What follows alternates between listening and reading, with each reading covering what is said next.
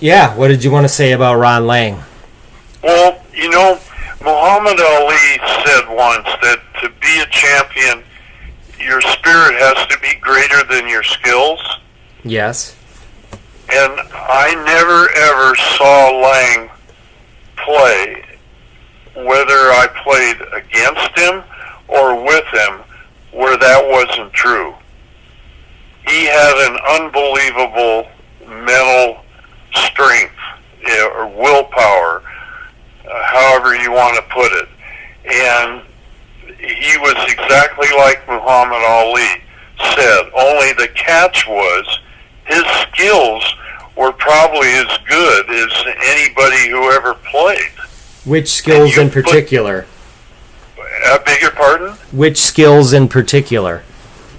Okay, he could pass two hands overhand back before 64 when the bump took over. He was like Holtzman and Selznick. He could go through a whole tournament and pass with his hands. He was also a great bumper. So he was a great passer. He was a great setter. He was first string All-American indoors for 7 straight years, I think, and he was a great setter on the beach. What I thought he was really good at is, I thought he was the best trouble setter. Like if you make a dig or a bad pass, he would always somehow get you a set where the hitter, if it was at all possible, could make a hit on the ball or attack the ball. So he's a great passer, a great setter. He had the best line hit I've ever seen on the beach. He had the best cut shot I've ever seen on the beach. And he could hit the ball so hard. You could not believe how good he could hit the ball. When I used to watch him indoors, he would hit bad passes and hit the floor with the ball in 6-man. He was really a good hitter. When we played Runnel and Bergman in 68, the 2 3.5-hour matches, nobody knew who to serve. Lange could play for hours equal to Runnel and Bergman as far as hitting the ball. Did it ever amaze you he could play like that with the build that he had? When I first saw him play, I couldn't believe it. All you'd see is the ball bouncing. I don't know how he could hit so good, but he hit, like Selznick always said, he hit a heavy ball. He hit the ball really hard. And he had great ball control. What about his digging ability? That's what everyone says. I was going to get there. Digging, he was maybe Holtzman and Selznick. I think he thinks Selznick was a little better, but I never saw anybody who dug better than Lange. I mean, he dug guys who hit the ball straight down, and he would dig them sometimes. He was a great digger. Overhead. The only thing I don't think you could say he was really good at was blocking, because we didn't block very much. Rundle and Bergman killed teams by blocking, and when we played them, if they blocked us, I just served Rundle every ball, and he quit blocking because he knew he'd get tired before we did.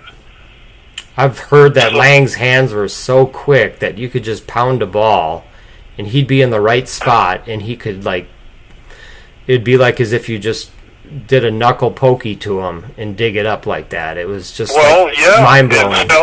And Selznick was the same way.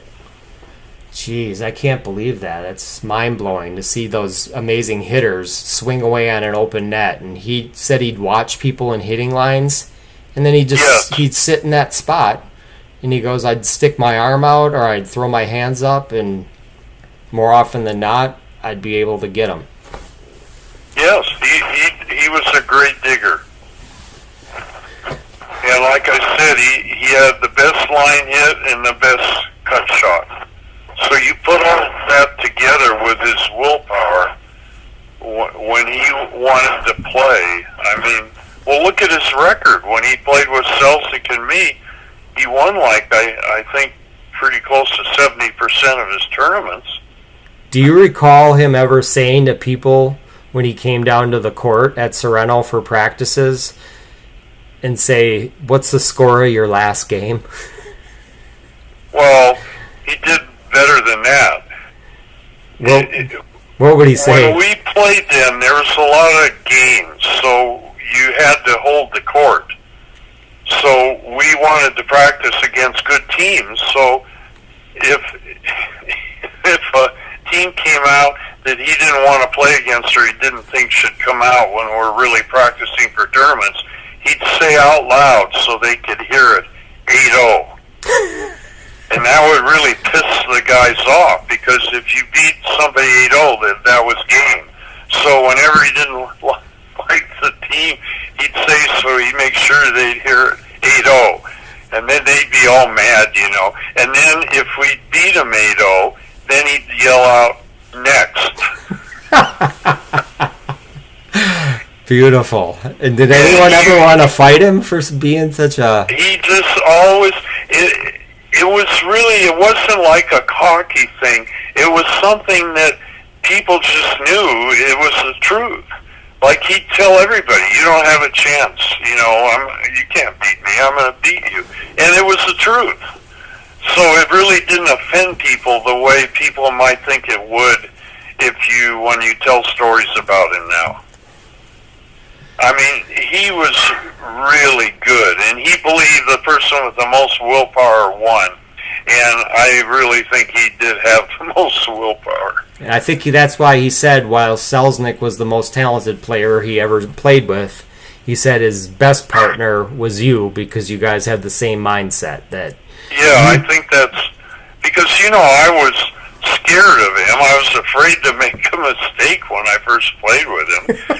Whereas Selznick, you have to know him. He was just like Babe Ruth or somebody. He just was a free spirit, and he didn't... I guess when he and Lange played a lot, they goofed around. Or he didn't try all the time in the beach, and he'd do weird things. And he said he would pass off the net early in the match just for fun. Just to keep himself engaged in the match. Yeah, and I think his big thing was indoors. But I know Lange thinks Selznick was the best player. Wow, beautiful. That's awesome stuff.